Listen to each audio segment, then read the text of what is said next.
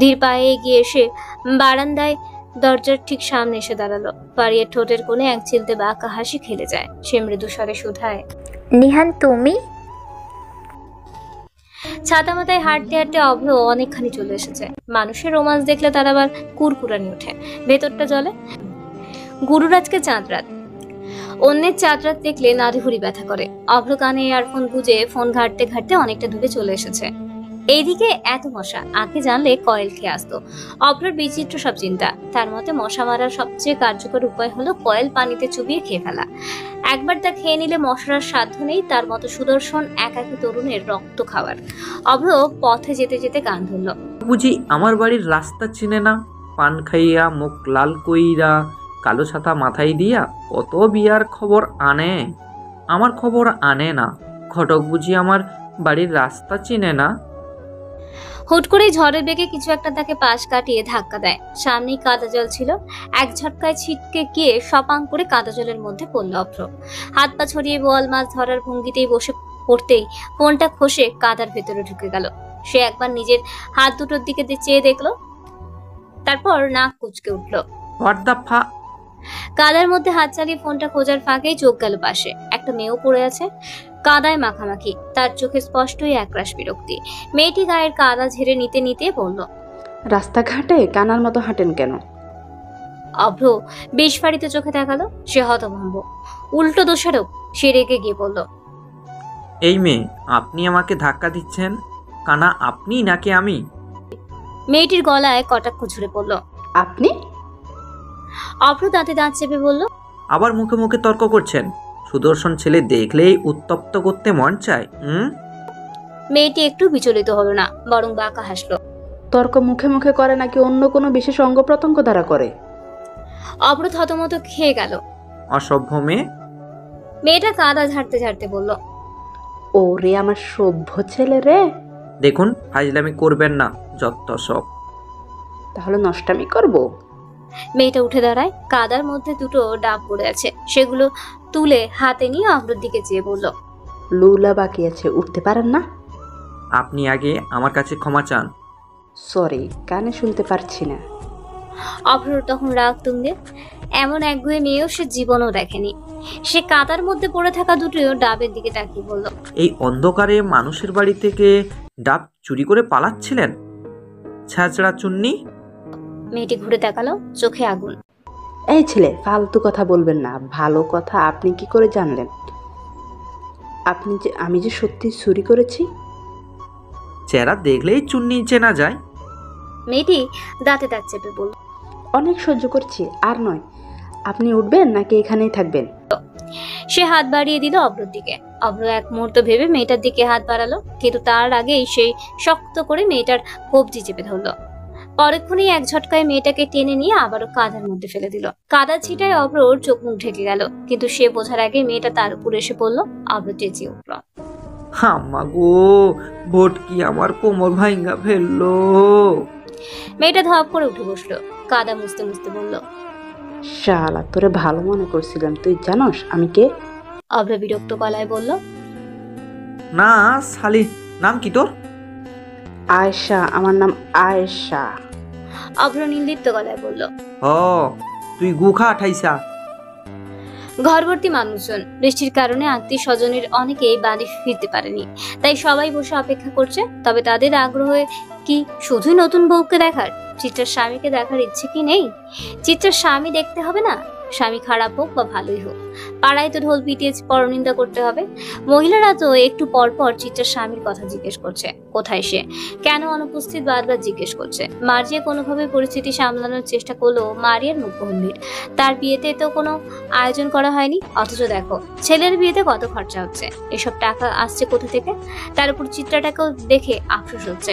ওই মুখ পুড়িয়ে তো শেষে গিয়ে এত বড় বাড়িতে বিয়ে হয়ে গেল।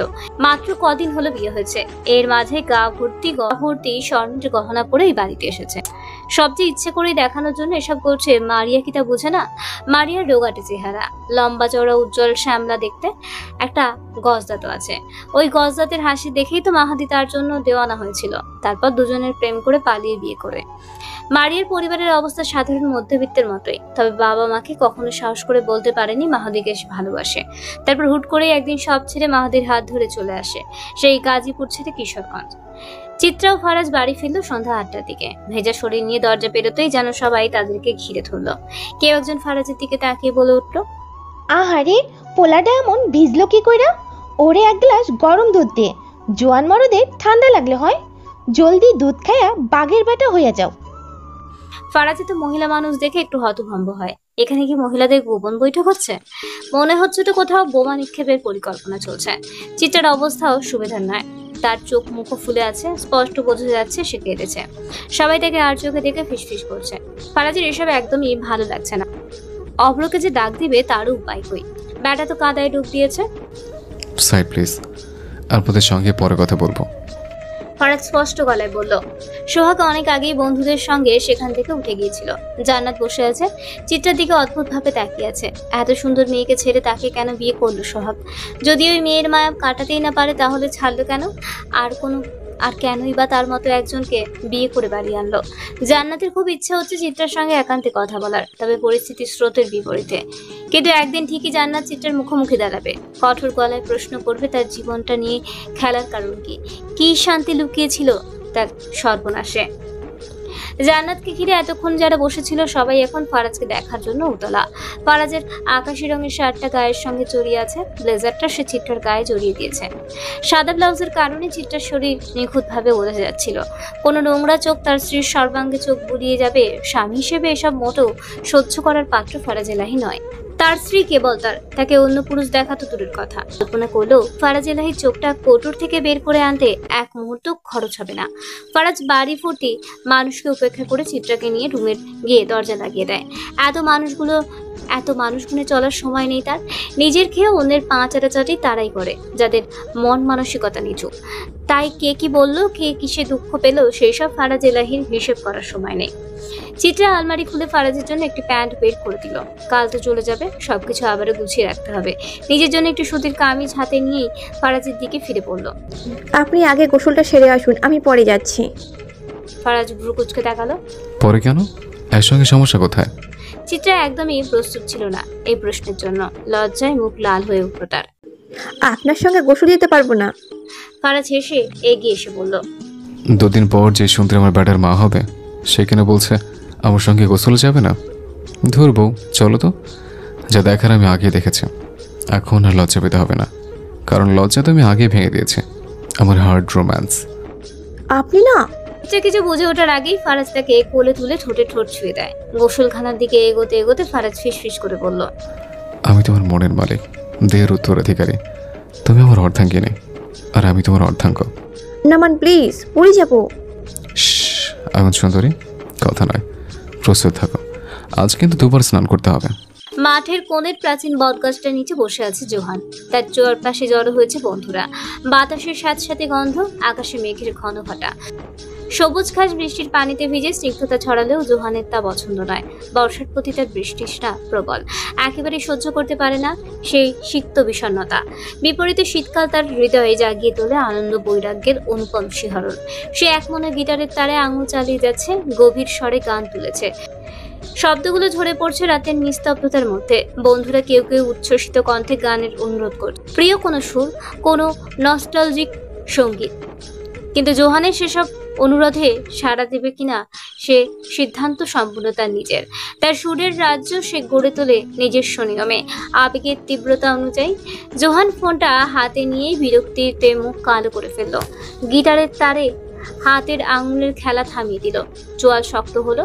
ফোনের স্ক্রিনে নামটা দেখে তার ঠোঁটের কোণে বিরক্তিকর একটা শব্দ। ফোনের স্ক্রিনে নামটা দেখে তার ঠোঁটের কোণে বিরক্তিকর একটা চর শব্দ বেরিয়ে এলো। কল রিসিভ করতেই কপালের ভাঁজ আরো গভীর হলো। এই অসময়ে মেয়ে মানুষ কই থেকে জোগাড় করব? গন্ডারে বাচ্চা, তোরা একটা মেয়ে ঠিক মতো সামলাতে পারিস না, কিসের বেটা মানুষ হয়েছিস? ওপাশ থেকে একটা আতঙ্কিত কণ্ঠস্বর শোনা গেল। ভাই কিছু একটা করেন, মাইয়ানা জোগাড় করতে পারলে ভাই আমার জবাই করব। আপনি সাহায্য করেন, গোলাম হইয়া থাকবো আপনার, প্লিজ ভাই সাহায্য করে। ফোন রাখ শালা, দেখি কি করা যায়। জোহান বিরক্তিতে চোখ ঘুরিয়ে ফোনটা কেটে দিল। সিগারেটের প্যাকেটটা পকেট থেকে বের করে একটা ধরালো। ধোয়ার কুণ্ডলি পাকাতে পাকাতে ভাবলো, মেয়ে জোগাড় না করতে পারলে ব্যবসায় দাঙ্গা বেড়ে যাবে। আর এই বালগুলো সাহায্যের জন্য সবসময় তার কাছেই কেন আসে? দুনিয়া তাকে ভালো হতে দিবে না বোধহয়। মাঠের পাশে বড় রাস্তা, রাস্তার ওপাশে একটা কলেজের পাশেই বাস স্ট্যান্ড। জায়গাটা কেমন যেন সুবিধাজনক মনে হলো। স্ট্যান্ডে তাকাতেই চোখ শুরু হয়ে এলো তার। বোরখা পরা একটা মহিলা আর কামিজ পরা একটা মেয়ে, বয়স 16-17 হয়তো। জোহান চারিদিকে একবার তাকায় না, বৃষ্টির কারণে মানুষের আনাগোনা এদিকটাই নেই বললেই চলে। জোহানের ঠোঁটের কোণে বাঁকা হাসি খেলে যায়। সে একটা দীর্ঘশ্বাস ফেলে সিগারেটের শেষাংশ মাটিতে ফেলে পায়ে চাপা দিয়ে উঠে দাঁড়ায়। ভাই কই যাচ্ছেন? আর জোগাড় করতে, পেট চালাতে হবে না। ফারাজ রাতে বেরিয়েছিল জরুরি কাজে, ফিরেছে গভীর রাতে। ফিরে আসার পর থেকে নিশ্চল ঘুমিয়ে আছে, ক্লান্ত শরীর আর নড়তে পারছে না। চিত্রা একবার চোখ বুলিয়ে নেয় ওর দিকে। এত ক্লান্তি কেন? মাঝের ব্যবসা কি সত্যি এত পরিশ্রম সাধ্য? আলনাতে ফারাজের খোলা টি শার্টটা ঝুলছে। চিত্রা সেটি হাতে তুলে নিল, ধীরে নাকের কাছে আনলো। এলাচের মিষ্টি করা একটা গন্ধ চিত্রার নাকে ধাক্কা দিল। ফারাজ মাছের ব্যবসা করে, অথচ আজ পর্যন্ত তার শরীরে মাছের আষ্টে গন্ধ পায়নি চিত্রা।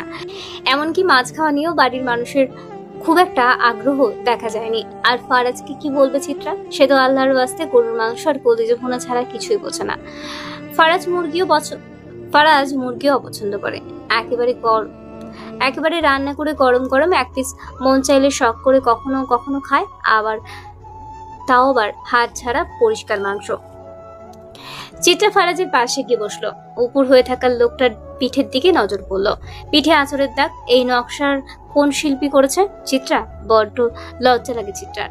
ফারাজের চুলগুলো অত্যন্ত সুন্দর। বেশিরভাগ ছেলেদের চুলে ঘামের সময় কাকের বিষ্ঠার মতো গন্ধ আসে। চিত্রার একটি অভ্যেস আছে, ছেলে হোক বা মেয়ে, কারোর সঙ্গে কথা বলার সময় হঠাৎ করে সে তাদের চুলের গন্ধ শুকে রাখে।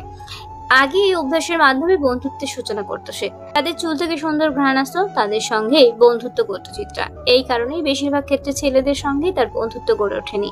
কারণ ছেলেদের মাথায় এক ধরনের গন্ধ থাকে, ঘামের পচা আঠালো ভেজা গন্ধ, যা চিত্রার একেবারেই অপছন্দ। চিত্রা ফারাজের চুলে হাত বুলিয়ে মুখ গুজতে এক অদ্ভুত অপরিচিত গন্ধ পেল। ফারাজের সম্পর্কে চিত্রা লক্ষ্য করেছে সে নোংরামি পছন্দ করে না। শরীরের প্রতি অতিরিক্ত যত্নশীল, খুঁতখুঁতে। চিত্রা উঠতে যাবে তার আগে ফারাজ নড়ে চড়ে উঠল। লোকটার ঘুম পাতলা। যে বাড়িতে সে আছে সেখানে চোর আসতে সাহস পাবে না। ফারাজ সোজা হয়ে শোয়ে চিত্রার দিকে তন্দ্রাচ্ছন্ন ভঙ্গিতে তাকিয়ে ভগ্নস্বরে বলে, বউ ক্লোজ আপ। ফারাজ চিত্রার চুলে হাত বুলিয়ে দেয়। উঠে তৈরি হন, নাস্তা খেতে হবে না? এক একটু আদর দরকার প্রিয়তমা। ব্যায়াম না করলে শরীরের আড়মোড়া ভাব ভাঙবে না। শরীরে এনার্জি নেই, কাছে আসো, একটু রিচার্জ হয়। ফারাজ চিত্রার কোমর ধরে তাকে কাছে টেনে আনে। ঘাড়ে মুখ ডুবানোর আগেই হঠাৎ দরজা খুলে যায়। কেউ একজন চিৎকার করে ওঠে, আস্তাগফিরুল্লাহ, পোলাপানরা এখন রাত দিন মানে না। না মানে চুল পাকার পরও তো দেখি ভাবে থেকে ছাড়েননি। এখন কি আমার রুমের বাইরে ডু নট ডিস্টার্ব লেগে রোমান্স করতে হবে? থেকে অন্যের ভালোবাসা দেখে অ্যালার্জি হচ্ছে? কিরমি তো চুলকায়? আমার কাছে কিন্তু ওষুধ আছে, আমি আবার কিরমির ডাক্তার। ফারাজ আরো কিছু বলতে যাচ্ছিল, তবে তার আগে চিত্রা তার মুখ চেপে ধরল। লোকটার মুখ তো মুখ নয়, একেবারে অবাধ্য বন্দুকের নল, যখন তখন গুলি ছোড়ার স্বভাব। মার্জিয়ার প্রতিবেশী নাহারের মা বেবি হাসুনি বুড়ির বয়স হয়েছে, লাঠিতে ভর দিয়েই চলাফেরা করেন, কিন্তু বয়স তাকে শান দিতে পারেনি। যদিও কানের সমস্যাটা বড্ড বেড়েছে, 3-4 বার একই কথা বলার পর বোঝে। আর সেই কিনা আজ সকাল সকাল হাজির হয়েছে চিত্রার বর দেখতে। দরজা ঠেলে ঢুকেছে বটে, কিন্তু যে পরিস্থিতিতে পড়তে হলো তা হয়তো কল্পনাতেও ছিল না। ফারাজের কথা শুনে তার প্রতিক্রিয়া এতক্ষণে আগুনের ফুলকির মতো হওয়ার কথা ছিল, তবে হয়নি, কারণ সে বেচারি কানেই শুনতে পান না। ফারাজের মুখের কথা শুনে চিত্রা লজ্জায় খাটের কোণে গিয়ে দাঁড়ায়। বুড়ির সামনে এমন নির্লজ্জ কথার বলার পরও সে দিব্যি হাসছে। হাসুনি ফারাজের সামনে এসে বলল, শরীর তো একেবারে ফিট ফাট, তোর বেড়ার চিত্রা একেবারে খাসা জোয়ান মরদ পাইছস। ফারাজ চিত্রার দিকে তাকালো। চিত্রা চোখের ইশারায় হাসুনির কানে না শোনার ইঙ্গিত বুঝিয়ে দিতেই ফারাজ হেসে বলে উঠল, ওরে বুড়ি, তোমার শোনের সমস্যা? মগর তুমি কিন্তু আমাকে ঠিকই চিনেছ, পুরাই খাসা আমি। তোমার নাতনি তো লোড নিতে পারে না, ওকে ডিভোর্স দিয়ে চলো, তোমার সঙ্গে হার্ড রোমান্সটা ছাড়ি। কি খাসির মাংস খাইবা? হাসুনি হতভম্ব হয়ে চিত্রার দিকে ফিরল। এই চিত্রা, তোর মামি এমন খাড়াস কেন? তোর ব্যাটারে মাংস রান্দে খাওয়াই না কেন? ফারাজ হাসি আটকে রাখতে পারল না। সে বলল খাসা, আর শুনল খাসি। ফারাজ হো হো করে হেসে বলে উঠল, ওনাকে সাইন ল্যাঙ্গুয়েজে বুঝিয়ে ঘর থেকে বিদায় করো প্রিয়তমা, আমার এখনো তোমার সঙ্গে লাভ ল্যাঙ্গুয়েজ নিয়ে খেলা করা বাকি। চিত্রার আর কিছু বলতে হলো না। হাসুনি নিজেই উঠে গেল। উঠে চিত্রার কানের কাছে গিয়ে হিসিয়ে কিছু একটা বলে তবা তবা কাটতে কাটতে রুম থেকে বিদায় নিল। লজ্জায় চিত্রার মরি মরি। কি রে বউ, থেরাপির সময় তো এমন লজ্জা পাও না? আর এই বুড়ি কেমন বললো যে মুখে ন্যাচারাল ব্লাশ চলে আসছে? ও মা, আপনি ব্লাসনও চিনেন? খুব অভিজ্ঞতা আছে মনে হয়। অভিজ্ঞতা তো মানুষের কত কিছুতে থাকে না বউ, আস্তে আস্তে সবকিছুতে অভিজ্ঞতা লাভ করতে করতে মানুষ অভিজ্ঞ হয়ে যায়। একটা পারফরমেন্স দেখলেই তো বুঝে যাওয়ার কথা। ফারাজ? চিত্রা চোখ রাঙিয়ে তাকালো, কিন্তু ফারাজ দমল না। এভাবে ডেকে অবলা ছেলেটাকে আর উত্তেজিত করবেন না বিবেচান, পরে আমি ধরলে আপনার 14th জেনারেশন এসে আপনাকে বাঁচাতে পারবেন না। ফারাজ উঠে যায়। শরীর ব্যথা করছে, গোসল করতেই হবে। সে ট্রাউজারের ফিতায় হাত বোলাতে বোলাতে বলল, আমার ফিতাটা ঠিক আমার যৌবনের মতো হুটহাট খুলে যায়। তুমি আমার অন্য কিছু ভেবো না। ফিতার চাবি তোমার হাতে, কিন্তু ফিতার চাবি তোমার হাতে কিন্তু জন্মের আগেই দিয়ে রেখেছে। অন্য নারী দেখে খুলে যাওয়ার আশঙ্কা তো দূরের কথা, আশঙ্কার অবধি নেই। বেশি খারাপ আপনি। জাস্ট ফর ইউ, একটা চুমু দাও, কসম বউ, ভালো হয়ে যাবো। ট্রলারের দম বন্ধ পরিবেশে ছাদ ঢেকে যায়। বাতাস আসার সুযোগ নেই। সেখানে একসঙ্গে অনেকগুলো মেয়ে পড়ে আছে। ভয়, আতঙ্ক আর অনিশ্চয়তা তাদের চোখে স্পষ্ট। এরা সবাই পাচার হবে। এদের মধ্যকার এক একজনের ভাগ্য এক এক রকম হবে। এই যে যেমন কেউ কেউ সাধারণ নারী থেকে দেহ ব্যবসায়ী, কেউ বা দোষী, আবার কেউ ভাগ্য ভালো থাকলে কেউ উপরে উঠতে পারে। এই ধরো কোনো ক্রেতা এদের মধ্যকার কাউকে পছন্দ করে ফেললো, ভালোবেসে বিয়ে করে ফেললো, তখন কি মেয়েটার কপাল খুলবে না? সোহান একবার সবগুলো মেয়েকে গুনে নিল, এরপর সিফাতকে উদ্দেশ্য করে বলল, রাতে যেইটা আনা হয়েছে ওইটা কোনটা? সিফাত আঙুল তুলে ইশারা করলো একেবারে শেষের দিকে পড়ে থাকা মেয়েটার দিকে। সোহান সেদিকে তাকায়। চোখের সামনে চুল পড়ে আছে, চেহারা দেখা যাচ্ছে না মেয়েটার। ওরে তুল, চেহারাটা দেখি। সিফাত গিয়ে মেয়েটাকে টেনে হিঁচড়ে জাগায়। কাঁদতে কাঁদতে হুঁশ হারিয়ে ফেলেছিল। হুঁশ ফিরতে পিটপিট করে একবার তাকায় মেয়েটা। চারপাশে একবার চোখ বুলিয়ে টুকরে কেঁদে ওঠে। আকুতি করে বলল, আমায় সাইরা দেন ভাই, ভিক্ষা দেন। আমার নানিটা রাস্তায় পয়রা আছে, আমার মা নাই, বাপে অ্যাক্সিডেন্ট করছে, নানিরে নিয়ে ঢাকা যাইতে হইব, সাইরা দেন। কাঁদতে কাঁদতে ভিতরটা শুকিয়ে আছে মেয়েটার, গলা আসার প্রায়। কি না? মনিরা। সোহান কিছুক্ষণ তাকিয়ে রইল। মেয়েটার ভয়ার্ত চোখের দিকে একবার দেখে বলল, ওরে ছাইরা দিস, মুক্তি দিয়া দিস। সিফাত হতভম্ব। ভাই কি বলছেন? রাতে ডিলার আসবে, মাল বুঝাইয়া দিতে হইব। সোহান মৃদু হেসে বলল, সেটাই তো, রাতে তো এই মাইয়া আমাকে হাত থেকে মুক্তি পাইবই, পরে কার হাতে পড়লো গুনার সময় নাইকা। ও সেইটা কইবেন তো। আচ্ছা ভাই, মাল তো রাতে ডেলিভারি দিমুনে, দিনে না হয় ওর লগে আপনার একটু। সোহান তীব্র দৃষ্টিতে তাকালো। বারবার এইসব কেন কস? নারী পাচার কইরি বইলা কি নারীর প্রতি দুর্বল? সোহান 12 ঘাটের পানি খায় না, যারে মনে ধরবো কেবল তার প্রতি দুর্বল হইব। এই কুত্তার মতো সবখানে মুখ দেওয়ার স্বভাব আমার নাই, বুঝছস? সোহান চলে গেল। তবে যাওয়ার আগে সিফাতকে বলল, কাজ যেটা করতে বলেছি সেটা হয়েছে? তাহলে এবার ফারাজ এলাহির সঙ্গে সাক্ষাৎটা কইরাই ফেলাই, কি কস? ভাই সত্যি করবেন? সকালের স্নিগ্ধ ঝলকানিতে নদী পাহাড়ের প্রশান্ত এক দৃশ্য উদ্ভাসিত হয়েছে। নদীর জলের পৃষ্ঠে সূর্যের মৃদু প্রতিফলন, শীতল হাওয়া নদীর গায়ে মৃদু স্পর্শ দিয়ে বয়ে চলেছে। ওপারে সুপারি গাছের সারি সারি সগর্বে দাঁড়িয়ে আছে। নৈসর্গিক সেই দৃশ্য, বাতাসের দোলনে পাতাগুলো মাঝে মাঝে হয়তো নেচেও উঠেছে। আকাশের বকের দল স্বচ্ছ নীরে ভেসে বেড়াচ্ছে, ঠিক যেন হাওয়ায় ভাসানো শুভ্র মেঘমালা। নৌকায় থাকা জেলেরা তাদের পরিশ্রমী হাতের টানে মাছ ধরার কাজে নিমগ্ন। একটি মাছরাঙা পাখি নিঃশব্দে নৌকার এক কোণে বসে আছে, হয়তো ক্ষুধা নিবারণের অপেক্ষায়। ঘোড়াউত্রা নদীর তীরে লাশ পাওয়া গিয়েছে। লোকজন লাশ দেখার জন্য ভিড় করেছে। মানুষের সংখ্যা বাড়ছেই। মিজান সাহেবের লাশ বলে কথা। কারা তাকে খুন করেছে কিংবা এসব কাদের কাজ গ্রামের লোকেদের তা জানা নেই। চিত্রার বাড়ির শিমুলতলা, বাড়ির কাছ দিয়েই ঘোড়াউত্রা নদী বয়ে গিয়েছে। চিত্রা মিজান সাহেবকে শেষবারের মতো দেখতে আসবে না, তা কি কখনো হয়? শত হলেও তো মিজান সাহেবই সেই রাতে এমন একটা কাণ্ড না ঘটালে কারোর আসল রূপ চিত্রার সম্মুখে উন্মোচন হতো না। ফারাজকে একবার বলা মাত্রই সে চিত্রাকে নিয়ে এখানে এসেছে। চিত্রা একবার দূর থেকে উঁকি মেরে দেখেছে। কাছে যাওয়ার সাহস তার হয়নি। ভয়ানক মৃত্যু, এমন মৃত্যু যেন শত্রুর ও না হয়।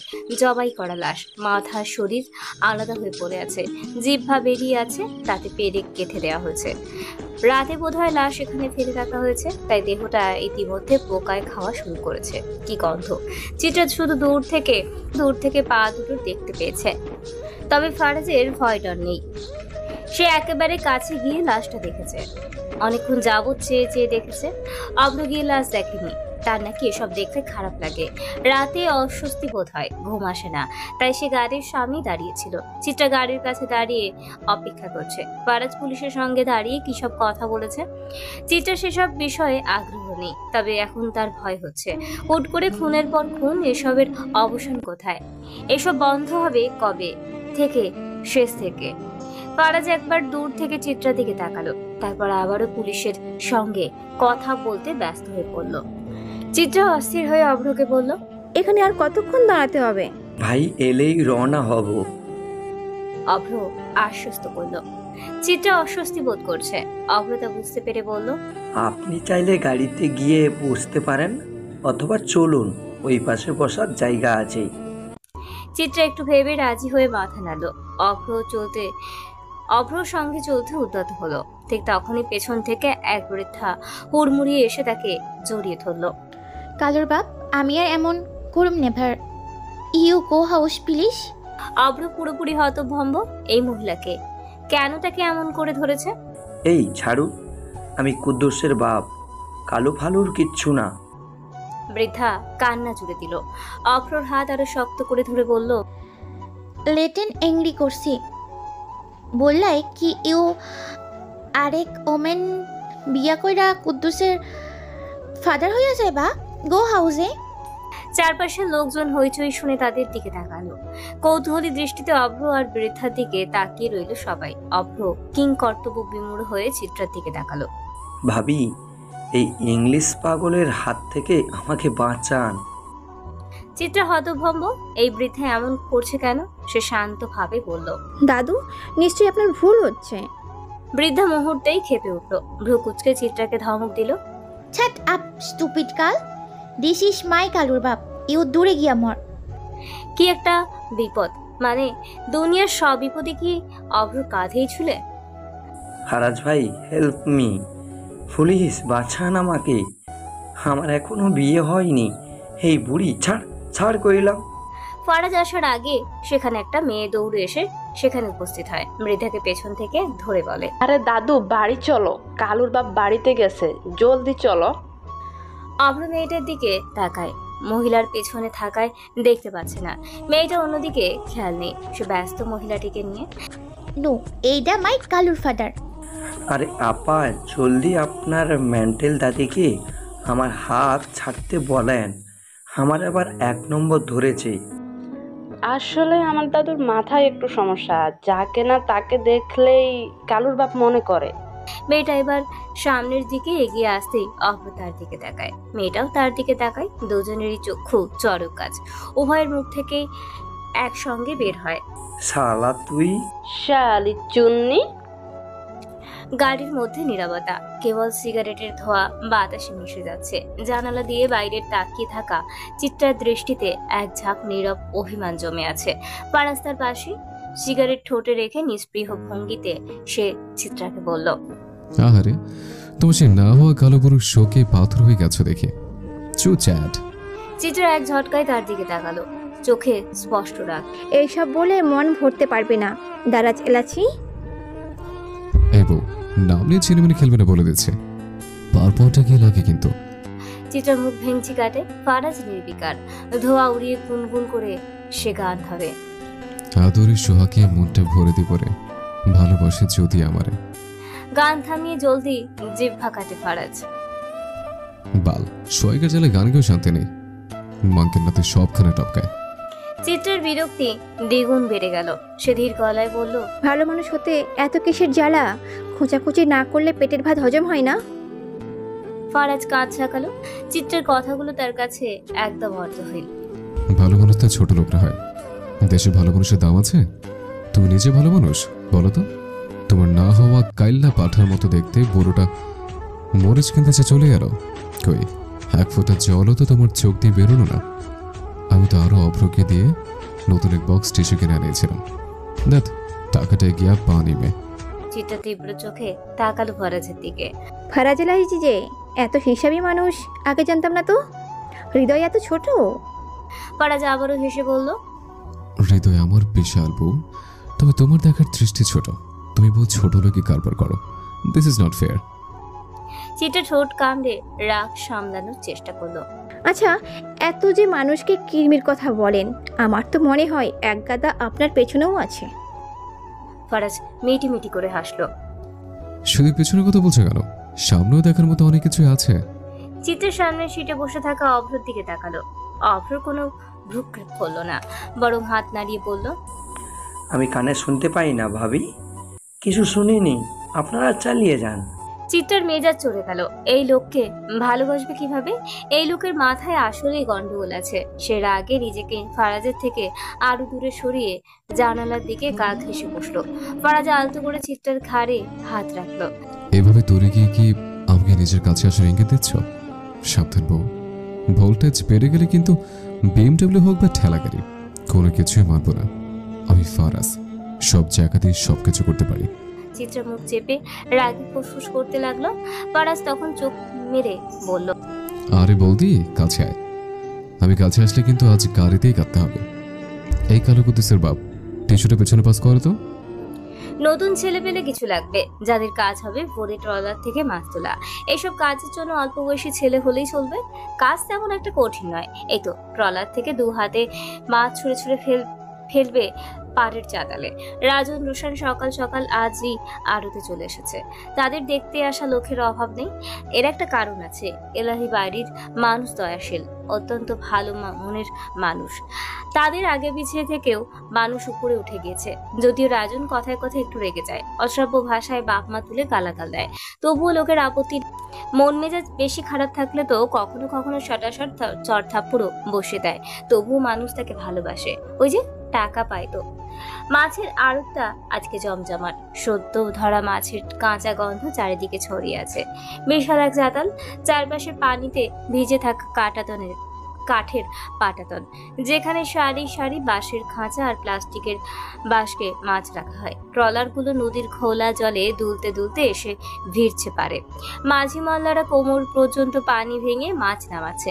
আড়তের এক পাশে বসে আছেন পাইকাররা, মোটা গামছা কাঁধে ফেলে হাতে লম্বা কাঠি নিয়ে মাছ দেখছেন। কেউ কেউ দরদাম করছে, কেউ বড় বড় ঝুড়িতে বরফের চাইয়ের নিচে মাছ সাজিয়ে নিচ্ছে। ছেলেপেলেরা চোখের পলকে ট্রলার থেকে মাছ তুলছে, মাটিতে সজোরে ছুড়ে দিচ্ছে। একটা চিৎকার করে ওঠে, এই যে পাঙাশ মাছগুলো সরাও। আরেকজন বলে ওঠে, বড় মাছটা দে, ওটা আলাদা কর। লোকজন ব্যস্ত, কেউ টাকা গুনছে, কেউ হিসেব দিচ্ছে খসখসে খাতায়। হালকা আলোয় মাছের উজ্জ্বল আঁশ চিকচিক করে, লালচে রক্ত আর বরফ গলে গলে চারপাশ ফিরে যাচ্ছে। আরুদের হিসাব নিকাশের দায়িত্ব মুশফিক রহমানের। এখানেই তার কর্মস্থল। প্রতিদিনের মতো আজও ব্যস্ত সে। রাজন এসে বসতেই মুশফিক এক কাপ চায়ের জন্য নির্দেশ দিলেন। চা খামু না। রাজন নির্লিপ্ত কণ্ঠে বলল, কাম কেমন চলতেছে? মোটামুটি। মুশফিক সংক্ষেপে জবাব দিল, মোটামুটি কেন? মানুষ মাছ খাওয়া ছাইড়ে দিছে নাকি? রাজনের কণ্ঠে কৌতূহল। না ভাই, তেমন কিছু না। মাছের বাজার তো এমনই, ভালো মন্দ মিলিয়ে চলে, সব মিলে আলহামদুলিল্লাহ। তবে ভাই পদ্মার ইলিশ আইছে। রাজন খানিকক্ষণ চুপ থেকে বলল, বড় 10টা ইলিশ বাড়িতে পাঠাইয়া দিস। আচ্ছা ভাই। মুশফিক একটু ইতস্তত করে থামলো, তারপর নিচু স্বরে বলল, ভাই। রাজন হাত তুলল। মিজান সাহেবের খবর জানি, তোর বলা লাগবে না। আর কে তারে টপকাছে তাও জানি। তুই তোর কাজে যা, খাতায় যেন হিসেবের গরমিল না হয়।